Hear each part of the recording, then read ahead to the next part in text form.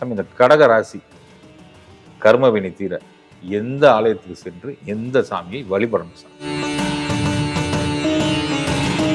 உயர்ந்த குணங்கள் இயற்கையாக உண்டு. என்னால யாரும் கெடாம இருந்தாலே போதும் நினைக்கிற நல்ல குணம் படைத்தவர். அன்பை மற்றவர்களுக்கு அள்ளி கொடுக்க தெரிந்த ராசி. அந்த நட்சத்திரத்தில் எந்த கிரகம் அமர்கிறதோ அந்த கிரகம் வெற்றி மேல் வெற்றியை குவித்தே தீரும். இவர்களுக்கு குரு பகவானுடைய ஆசீர்வாதம் பெற்ற திருத்தலம் தான் கரெக்ட். மிக பிரமாதமான ஒரு தலம். ராஜகுரு இருக்கக்கூடிய நீர் விழுகும் போது இவர்கள் கண்களில் பட்டு விட்டால் கடகராசிக்காரர்களுக்கு வெற்றி மேல் வெற்றி அவர்கள் கண்களில். ஏன்னா 15 நாளுக்கு ஒரு தடவை இவங்க மனசு ஏதோ ஒரு சஞ்சலத்திலயோ குழப்பத்திலயோ திருப்பி ஸ்ட்ரெஸ்ஸுக்கு போயிடுறாங்க. சந்திரன் தான் அதிபதி, இதை நீக்கும் அந்த கோயில். அற்புதமான ஸ்தலம். இங்க இவங்களுக்கு 3 பெனிஃபிட் இருக்கு. சில பாவகிரகங்கள் தவறான சாரநாதன்களில் ஏற்பட்டு விட்டால் சில சுமைகளை கொடுத்துரும். யாரிடம் சென்று நாங்கள் அழுவது? அவர்களுக்கு தான் இந்த வீடியோ. ஹாப்பியா, ஹெல்தியா, ஜாலியா ஒரு life. Lanco Harmonia Pavilion Senior Living Apartments at Sriperambuttur 2 BHK just 49 lakhs. Call 7717273747. சுகமே சொல்ல சாமி. வணக்கம். சாமி, இந்த கடக ராசி கர்மவினை தீர எந்த ஆலயத்துக்கு சென்று எந்த சாமியை வழிபடணும் சாமி? இந்த கடகராசி ஒரு அற்புதமான ராசி. நீங்க எல்லாமே அற்புதமான ராசின்றீங்க. இல்ல, உண்மை. நம்ம கீழே இருக்க உறவுகள் என்ன சொல்ல போறாங்க? எல்லா ராசியும் அற்புதம்ன்றீங்க, அப்புறம் நான் எங்க கஷ்டப்படுறீங்க போறாங்க கடகத்துக்கு. என் குருநாதர் என்ன சொன்னார்னா, ஜாதகத்தை வாங்கும்போது பிரிச்சுட்டு பலனே பார்க்க மாட்டேன். ஜாதகத்தை வாங்கணும்னு நல்லா இருக்குன்னு ஆரம்பிக்கணும். அந்த ஓப்பனிங் நம்ம ஒரு சொல்லும்போது இது என் குருநாதர் சொல்லி கொடுத்தது. இல்ல சாமி, ஒரு சொல் வெல்லும் ஒரு சொல் கொல்லும் சொல்லியிருக்காங்க. நான் வாங்கணும்னு சில பேர் நான் இந்த சொல்லி முடிக்கிறதுக்குள்ள என்ன பொருங்க, நான் இன்னைக்கு கணக்கே போடல, ஒரு நல்ல வார்த்தையை சொல்லி ஆரம்பிப்போம். இப்படி கட்டத்தை திறப்பங்க, திறந்தோடனே நல்லா இருக்கு அப்படின்னு தான் ஆரம்பிப்போம். அதுக்கப்புறம் நீ என்ன வேணாலும் சொல்லு. ஓப்பனிங்ல அந்த நல்ல விஷயத்த சொல்லி ஆரம்பிக்கும். அது மாதிரி கடகராசி நல்ல ராசி. ஏன் நல்ல ராசின்னு சொல்லுனேன், அதுக்கு ஒரு அர்த்தம் சொல்லுங்க. அப்படின்னா, எந்த வீட்லயும் உச்சமாகாத குரு அந்த வீட்டுல உச்சமாகிறார். அதனாலே அவங்க ஒரு பெரிய உயர்ந்த குணங்கள் இயற்கையாக உண்டு. திருட்டு என்ற விஷயத்தை தெரியாத ராசி. எங்களுக்கு திருட தெரியாது. உண்மையாவே வாழ்றவங்க கடகம். அந்த திருட்டுனால வாழ வேணாம் போய. திருடாத ராசிங்க கடகராசி. எனக்கு திருட்டு தெரியாது. எல்லாம் சொல்லுவாங்க சந்திரன் திரு. கடகராசி திருட தெரியாத ராசி. திருடாதுங்க, அறிவு மட்டும் கேட்டு பெற்றுக்கொள்ளும். அந்த மாதிரி செவ்வாய் நீச்சம். இவங்களுக்கு சைலண்ட் பாருங்க, குரு நீச்சம். திருட தெரியாத யார் திருடுவா சொல்லுங்க? ஆசைப்படுறவன் தான் திருடும். இவங்களுக்கு ஆசையே கிடையாது. அப்படி வாழணும் இப்படி வாழணும், நல்லா வாழ்ந்தா போதுங்க. 4 பேருக்கு கெட்டது செய்யாம வாழ்ந்தாலே பெருசு, நல்லது செய்ய வாழணுங்கிறது சில பேர். இவங்க என்னால யாரும் கெடாம இருந்தாலே போதும் நினைக்கிற நல்ல குணம் படைத்தவர்கள். குரு உச்சம், நீர் ராசி. பொதுவா பார்த்தீங்கன்னா ஒரு சின்ன ஆசைகளுக்கு உண்டு. ஏதாவது ஒரு வெளிநாட்டில் ஒரு சம்பாத்தியம் சம்பாரிச்சு தான் வாழணுங்கிறது இல்லை, அம்மா அப்பா நல்லா இருக்கணும். ஏன்னா தாய் ராசின்னு பேர். கடகத்துக்கு மட்டும்தான் உலகத்துக்கு எத்தனையோ பேர் உறவுகள் எத்தனையோ இருக்கலாம். நீங்க சொல்ற மாதிரி உறவுகள் 1000, தாய் ஒன்று. அந்த தாய் ராசின்னு பேர் கடகராசி. அந்த தாய் ராசிக்கு கொடுக்கும் குணம் அதிகம். தனக்கு எடுத்து வைக்காமல் கொடுக்கும் குணம் அதிகம். தன்னுடைய அன்பை மற்றவர்களுக்கு அள்ளி கொடுக்க தெரிந்த ராசி கடகராசி. நல்ல ஒரு அற்புதமான ராசி. அவங்கள்ட்ட எவ்வளவு சீக்ரெட்ஸ் இருக்கு பாருங்க. குரு உச்சம். சின்ன சின்ன ஆசைகள். இந்த கழுத்தில் ஒரு செயின் போட்டுக்கணும், இது ஒரு ஆசை. அப்புறம் மோதிரம் போட்டுக்கணும். பொன் ஆபரணன்னு பேர். பொன்னன் உச்சமாகக்கூடிய ராசி. காசுண்டு ஒரு இடம் வாங்கி ஒரு வீட்டை கட்டிக்கணும். ஏன்னா காலபுருஷனின் 4வது ராசி. நீங்க 12 ராசிக்காரனும் வீடு வாங்கணும்னா கடகம் சம்மதிச்சாதான் வாங்க முடியும். நீங்க காலபுருஷன் சொல்றீங்க. காலபுருஷனுக்கு கடகம் 4ஆம் இடத்துக்கு அதிபதி. கடகம் கெட்டால் மனசு கெட்டான். ஒரு ஜாதகத்துல கடகம் கெட்டு போச்சுன்னு வைங்களேன், வாழ்க்கை மிகவும் போராட்டம். அதனால இந்த கடகம் என்ற ராசி மண்டலத்திற்கு அது சம்மதிக்கணுமாமா. இப்போ உங்களுக்கு ஏதோ ஒரு வகையில் ஒரு ராசி, எந்த ராசி வேணாலும் வச்சுக்கோங்க, கடகம் சம்மதித்தால்தான் வீடு வாங்க முடியும், இடம் வாங்க முடியும். ஏன்னா அவர் தான் காலபுருஷனுக்கு 4வது ராசி. அவர் சம்மதிக்காம, அவர் கையெழுத்து போடாம இடம் வீடு டாக்குமெண்ட் எதுவும் உங்களுக்கு கிடைக்காது. அந்த இடத்தில் புனர்பூசம் 4ஆம் பாதம். இந்த புனர்பூசம் 4ஆம் பாதம் சுகர் நாடியில் என்ன சொல்றாங்கன்னா, புனர்பூசம் 4ஆம் பாதத்தில் எந்த கிரகம் நிற்கிறதோ அந்த கிரகத்தில் நின்றக்கூடிய காரகத்துவம் பெற்ற கிரகம் ஊரே கையெடுத்து வணங்கும் நிலை பெறுவான்கிறான். இப்போ உதாரணத்துக்கு கடகராசியில 4ஆம் பாதத்துல சந்திரன் இருக்கு. ம்.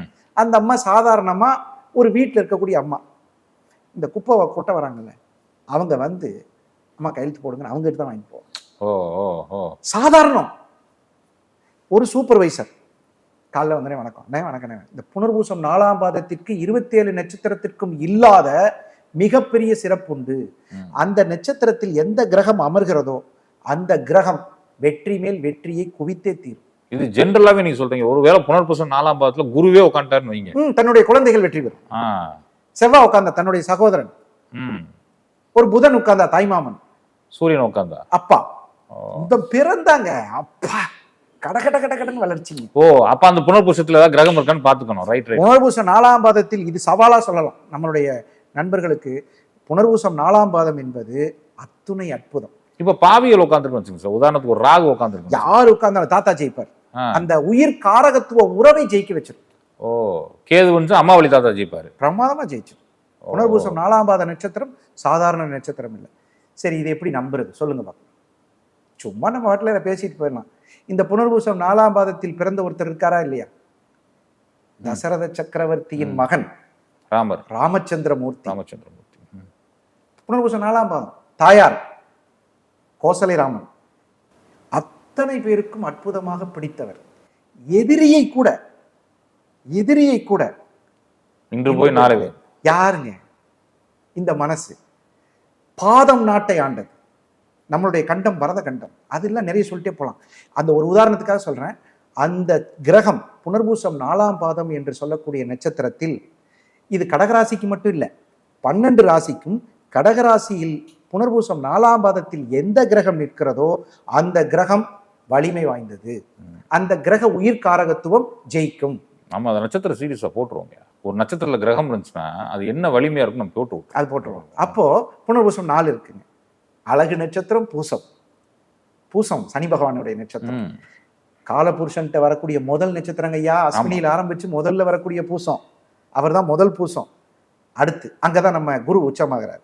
அடுத்து ஆயில்யம், காலபுருஷனுடைய முதல் ரவுண்ட்ல வரக்கூடிய கடைசி நட்சத்திரம் புதன் நட்சத்திரம். புதன், குரு, சனி சேர்ந்த இந்த கடகம் நீர் ராசியாக இருந்து சகல ஐஸ்வர்யங்களையும் உலகத்திற்கு தரக்கூடிய ராசி. சகல ஐஸ்வர்யங்களும். ஒரு கடைக்கு போறீங்க, ஒரு ஜுவல்லரி வச்சுக்கோங்க, அந்த கடையில மேனேஜரை கூப்பிடுறீங்க, அதை முழு நிர்வாகம் பார்க்கக்கூடிய அவனுடைய 10ஆம் அதிபதி, ஏதோ ஒரு லக்னம், மேச லக்னத்துக்கு 10ஆம் அதிபதி இருக்கக்கூடிய சனி பகவான் புனர்பூசம் 4ல இருந்தா, சார் மேனேஜரை கேளுங்க, இந்த வார்த்தை வந்தால் அவனுக்கு புனர்பூசம் 4ஆம் பாதத்தில் இருக்கான். இந்த மாதிரி விஷயங்கள் படைத்த ஒரு கடகராசியில பிறந்தவங்களுக்கு என்ன ஆசை இருக்குன்னு கேட்டீங்கன்னா, கொஞ்சம் இடம், கொஞ்சம் நல்ல படிப்பு, கொஞ்சம் இந்த கொஞ்சம்னு சொல்லிய இவர்களுடைய ஆசை மிகப்பெரிய ஆசை. நீங்க ஒரு கேள்விப்பட்டிருப்பீங்க ஒரு கதை. என்னமோ ரொம்ப எலித்தொல்லையா இருக்குன்னு ஒரு பூனை வளர்த்தாரு. அப்புறம் அந்த பூனை வளர்த்த உடனே பார்த்தீங்கன்னா அதுக்கு ஒரு பால் வைக்கிறதுக்கு ஒரு பசுமாடு, அப்புறம் அந்த பசுமாட்டை பார்த்துக்கிறதுக்கு ஒரு வேலைக்காரன், அந்த வேலைக்காரிக்கு அப்புறம் ஒரு சரி வேலைக்காரன் சரிப்பட்டு வரலன்னு ஒரு கல்யாணம். இப்படி பார்த்தீங்கன்னா முனிவருக்கு கிட்டத்தட்ட 10 குழந்தைகள் பிறந்தாங்க. அது மாதிரி இந்த புனர்பூச நட்சத்திரம் சிறுக ஒவ்வொரு கிராம தங்கம் சேர்த்து 100 பவுன் போட்டு தன் குழந்தைக்கு கட்டித்தரக்கூடிய கடகராசிக்காரன். இது உண்மை சாமி, உண்மை. கிராம தங்கம் சேர்க்கிறது. இன்னொரு ஆட்டிடியூட் அந்த கடகத்துக்கு என்ன இருக்குன்னா, ஒரு அப்பாவா இருந்தாலும் வச்சுக்கலேன், ஒரு பெண் ஒரு நகை போட்டு போயிருக்கணும், இந்த மாதிரி நகையை பொண்ணுக்கு செய்யணும் அப்படின்ற ஒரு ஆட்டிடியூட் இருக்கும். ஒரு அம்மாவா இருந்தாலும் இந்த ஆட்டிடியூட் இருக்கும். அப்புறம் இன்னொரு விஷயம், உங்க பையன் ஒரு ஸ்கூல்ல படிப்பான், உங்களை பார்த்த உடனே நல்லா இருக்கீங்களான்னு கேட்க மாட்டாங்க. பாப்பா எங்க படிக்குது, பாப்பா படிப்பு இப்ப பரவாயில்லையா, இந்த படிப்பில் குழந்தைகளின் கல்வியை அங்க நல்லா சொல்லி தராங்களா, உடனே அங்க கொண்டே சேர்த்துவார். தன்னுடைய குழந்தைகள் நீங்க சொன்ன மாதிரி நகையில ஆரம்பிச்சு ட்ரெஸ் கூடங்க, பிங்க் இந்த பாப்பாக்கு கரெக்டா இருக்கே, நம்ம பாப்பா கூட்டு போவோமே, இந்த சிந்தனை இல்லாத கடகராசிக்காரர்கள். இவர்கள் கர்மா வினை தீர்வதற்கு, இங்க குரு உச்சமாகுதுன்னு சொல்லிட்டோம், அப்ப கடகராசி சந்திரன் வேற, இங்க யாரோட பலம் இருந்தால் இவர்கள் மாபெரும் வெற்றியாளர்களாக முடியும் அப்படின்னு கேட்டீங்கன்னா, இவர்களுக்கு குரு பகவானுடைய ஆசீர்வாதம் பெற்ற திருத்தலம் தான் கரெக்ட். நீங்க கேள்விப்பட்டிருப்பீங்க, மிக பிரமாதமான ஒரு தலம், ராஜகுரு இருக்கக்கூடிய இடம், தென்குடி திட்டை. அருமையான கோயில். இந்த ஊருக்கு ஏன் திட்டைன்னு பேர் வச்சு தெரியுங்களா? பிரளய காலத்தில் இங்க மட்டும் தண்ணியே வரல. அது ஒண்ணு. வசிஷ்டர் வந்து வணங்கிய ஸ்தலம். நீங்க சொல்லுவீங்க சில பேர், வசிஷ்டர் வாயால் பிரம்மரிஷின், வசிஷ்டரே போய் ஒரு கோயில்ல சாமி கும்பிடுறாருன்னா சாதாரண இடமாவா இருக்கும்? ஒண்ணு. சரி, ஏன் நீங்க வந்து இந்த கோயிலை சொல்றீங்க? இதுக்கு ஒரு கேள்வி இருக்காளே. கடகராசி இங்க ஒரு பெரிய அற்புதமான சுவாமி என்னன்னு கேட்டீங்கன்னா, ஒரு நாளிகைக்கு ஒரு முறை சிவபெருமானின் மீது அதிசயமாக தண்ணீர் ஊற்றும் ஒரு கோயில். இது நீங்க கேள்விப்பட்டிருப்பீங்க. ஒரு நாளைக்கு வந்து 60 நாளிகை, சன்ரைஸ் டு சன்ரைஸ். இந்த 60 நாளிகை என்பது இப்ப சொன்னா புரியாது. 24 மினிட்ஸ் போனது ஒரு நாளிகை. இந்த 24 மினிட்ஸுக்கு ஒரு நிமிஷம் ஒரு தடவை மேல இருக்கக்கூடிய சந்திரகாந்த என்ன அற்புத கட்டடக்கலை பாருங்க. அதை கூட கடகராசிக்கு வச்சாங்க. அந்த கடகராசியில மேல இருக்கக்கூடிய சந்திரகாந்த கல்லு ஈரப்பதத்தை உறிஞ்சி அதிலிருந்து வரக்கூடிய நீர் சரியாக 24 நிமிடத்திற்கு ஒரு முறை இயற்கையாக சிவபெருமான் மீது நீர் விழுகக்கூடிய சுத்த நீர், கடகராசி சுத்த நீர், H2O என்று சொல்லக்கூடிய அற்புதமான நீர் சிவபெருமானின் மீது விழுகக்கூடிய அந்த சிவபெருமானின் நீர் விழுகும் போது அப்படின்னா என்ன அர்த்தம்னா 24 நிமிஷம் அந்த சாமியை நின்று பார்க்கணும்னு அர்த்தம். நீர் விழுகும் போது இவர்கள் கண்களில் பட்டு விட்டால் இவர்கள் கண்களில் வருவது ஆனந்த கண்ணீர். கடகராசி அப்பேற்பட்ட ஒரு அற்புதமான திருத்தலத்துக்கு போயிட்டு வர சொல்லுங்க. நீங்க சொல்றப்ப நம்ம போயிட்டு வந்த மாதிரி இருக்கு சாமி. அந்த சொட்டு அது இயற்கையில இருந்து வாங்கி என்ன கன்ஸ்ட்ரக்ஷன் அந்த காலத்துல பாருங்க, இயற்கையில இருந்து வாங்கி அதுவும் 24 நிமிஷத்துல 10,000 வருஷம் கடந்து போயிருக்கும். இன்னமும் 24 நிமிஷம் வந்து இந்த கோயில் பிரளய காலமே எத்தனையோ 1000 ஆண்டுகள். அதுக்கு முன்னாடி ஏற்பட்ட இந்த கோவில்ல வசிஷ்டர் வந்து வணங்கிய ஸ்தலம் சாதாரண விஷயம். இன்னும் நிறைய பேர் இருக்காங்க, அதெல்லாம் சொன்ன லென்த்தா போயிருங்கிறனால இந்த வசிஷ்டர் வந்து வணங்கிய ஸ்தலம். உங்களுக்கு இதை விட என்ன வேணும்? போய் கேட்டதை கொடுக்கும் வசிஷ்டேஸ்வரர், அவர் பேரே வசிஷ்டேஸ்வரர். அப்பேற்பட்ட ஒரு ஸ்தலம். இந்த ஸ்தலத்துல அந்த தண்ணி விழுகிறப்ப பார்த்துட்டீங்கன்னா கடகராசிக்காரர்களுக்கு வெற்றி மேல் வெற்றி. அவர்கள் கண்களில் ஆனந்த கண்ணீர் தான் வரும். குழந்தைகள் நல்லா படிப்பாங்க. இதுல இன்னொரு வருத்தமான விஷயம் என்னன்னு கேட்டீங்கன்னா, நிறைய பேர் வீடு கட்டுவாங்க, பாதியில நின்று போயிடும். பல காரணங்கள், குடும்ப சூழ்நிலை, பொருளாதாரம். நீங்க நினைக்கிற மாதிரி செங்கல் மேல செங்கல் வச்சுட்டு வீடு கட்டிட முடியாது. உங்களுக்கு தெரியும் எத்தனையோ இடங்கள் பாதியில நின்றுக்கும். பாதியில் நின்று போனவர்கள் வசிஷ்டேஸ்வரரின் துளிர் விழுவதை பார்த்து விட்டால் எப்பேற்பட்ட தடை இருந்தாலும் விளைக்கும். நீங்க சொல்றப்ப எனக்கு ஒரு விஷயம் தோணுது சாமி. இப்ப நான் அதை பார்க்கணுன்றதுக்காகவே நின்று பார்க்கறது ஒன்று இருக்கு, இல்ல எதர்ச்சியா பாக்குறப்ப விழுந்துருதுன்னு வைங்க. இதுல எது பவர்ஃபுல்? ஏன்னா நீங்க சொல்லிட்டீங்க நான் 24 நிமிஷம் நின்றுகிட்டே இருப்பேன் பார்க்கணும்னு, அப்ப விழுந்துரும். ஒரு சில பேர் கும்பல ஆரம்பிச்சு இப்படி பார்க்கணும் டங்குன்னு விழுகும். எது கரெக்டான ப்ரொசீஜர்? இதை வந்து பிரசன்னத்தோட ஒப்பிடுறோம்.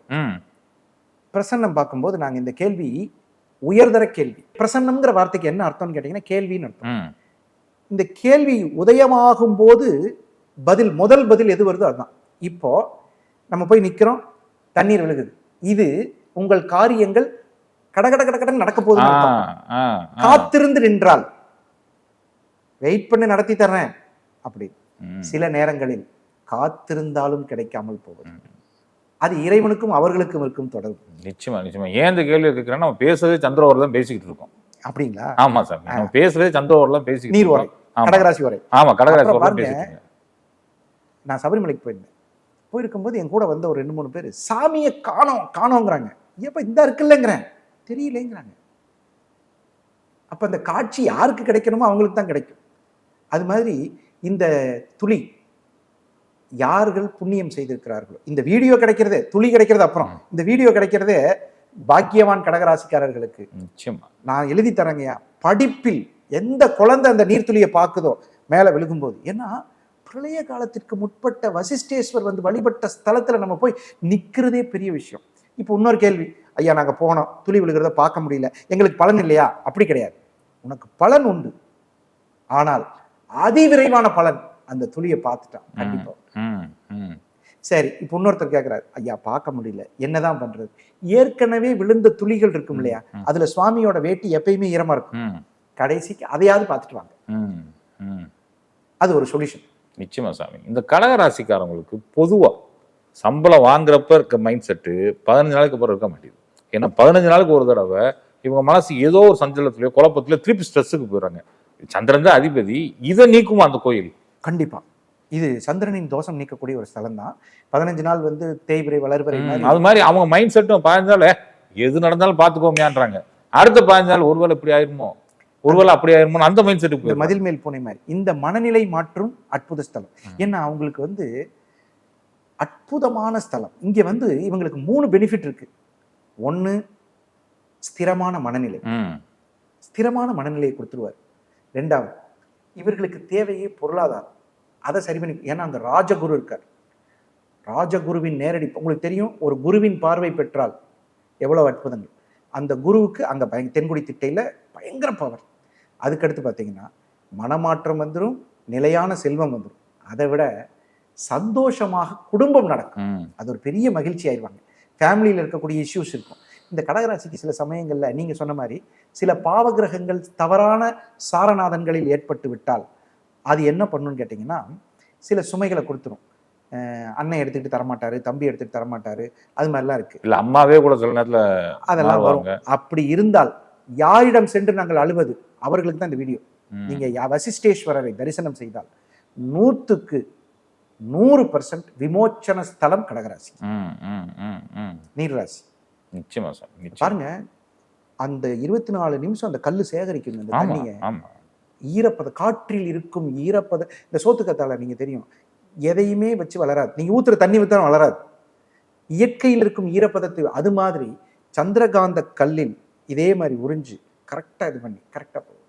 இந்த தரிசனம் கிடைச்சிருச்சுன்னா மிகப்பெரிய நிலைக்கு போயிடுவாங்க. எந்த நாள்ல போகணும்? புனர்பூசம் வரணும் இல்லையா? எந்த நாள்ல போய் கோயிலுக்கு தரிசனம்? எப்ப வேணாலும் போங்க, அந்த துளியை பாக்குறது தான் முக்கியம் இங்க. ஏன்னா நீங்க முன்னாடி திருவாதிரையில போங்க, அது அவருக்கு மிதுனத்தை சொன்னீங்க. இப்ப இவங்களுக்கு அது மாதிரிலாம் கணக்கு கிடையாது, எப்ப வேணா போகலாம். போற அன்னைக்கு குறிப்பாக சார் ஒரு நாள் சொல்லுங்க சார்னா, திங்கள் நட்சத்திரங்கள் ரோகிணி அஸ்தம் திருவோணம் 1, இல்லைன்னா திங்கக்கிழமை சோமநாதேஸ்வரர் மாதிரி சோமேஸ்வரரை தரிசனம் திங்கக்கிழமை, இதெல்லாம் பிளஸ். ஆனால் எந்த நாள் போனாலும் விமோச்சனம் உண்டு. நிச்சயமா சாமி. நெஞ்சாத நன்றிகள் சாமி. சுகமே சொல்லுங்க. நன்றி.